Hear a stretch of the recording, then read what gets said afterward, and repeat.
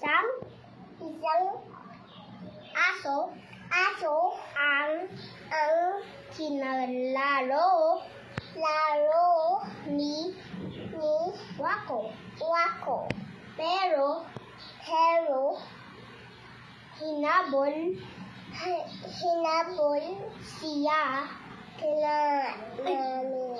siya You can. You're very good. Come on.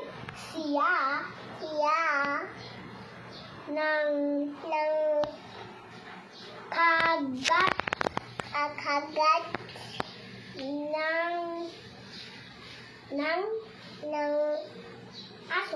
aso. And when you run away, hindi na si Stefan. Isang kabayo ang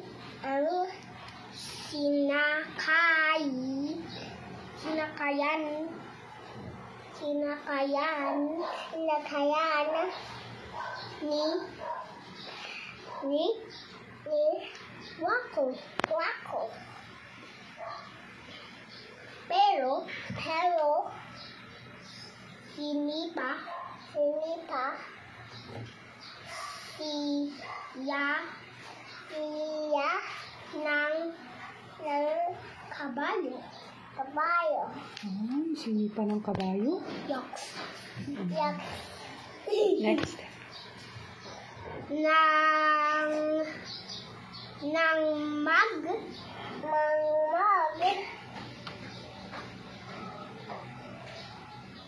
maglagi sa bahay si Wako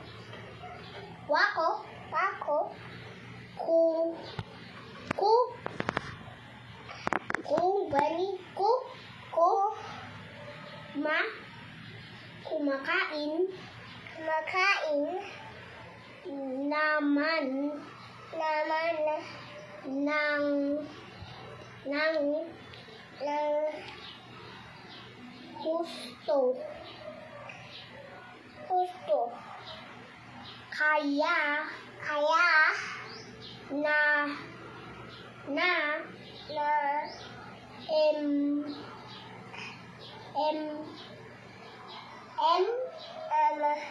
patso.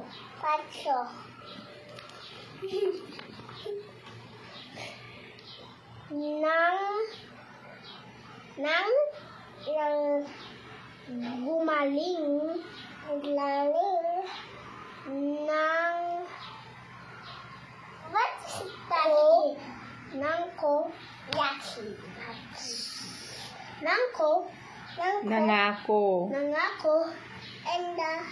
nangako sa nanay si Wako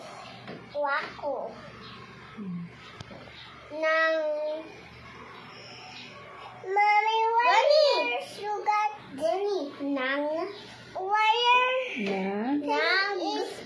Nangako si yang mga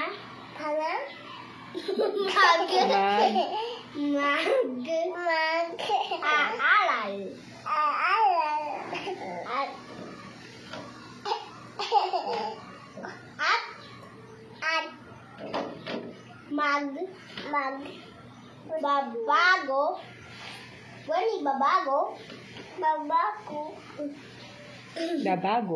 babago.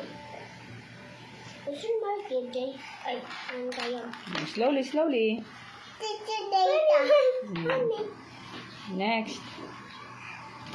Natutulog si Wako tulad ng ibang kwabo. Where do you go bring that? Sa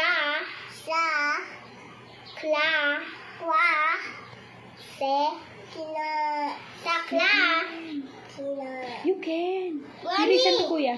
Sa klase, laging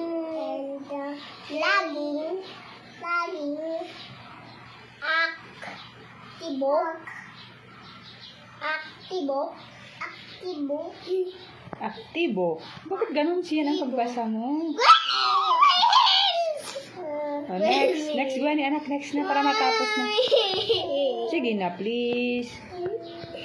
Why? Okay, next page. Wow.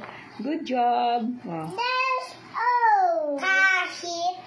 Gwenny. Kahit. Kahit there's O. Okay, there's O. Yeah, that is an O. Kahit. Yeah. Gwenny, kahit. Kahit. Nasa bahay ay nagbabasa si Wako. Kaya ang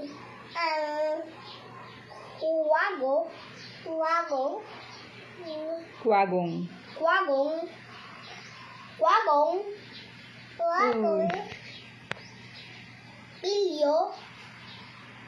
Pilyo ay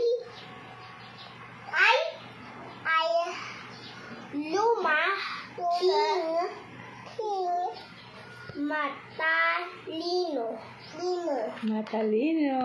Yeah. You want to be like Wako? Yes. You should always. What did you understand in the story? Matalino. Oh, matalino. Sino ang matalino? Wako. Bakit siya naging matalino? Kasi nagbabasa sa eskwela. Tapos, saan pa siya nagbabasa? Sa bahay. O, dapat mo ba siyang tularan? Oo. O, di ba? O, sabi mo, oo, so dapat... Nagbabasa ako sa bahay. Oh, very good. Kaya matalino ka, di ba? Oo. Very good. Kaya pati si Gwenny magbabasa din dito sa bahay. Di ba, Gwenny? Di ba, ano? Yes? Isuna. Yes, Gwenny? You have to read also, okay? Mommy, what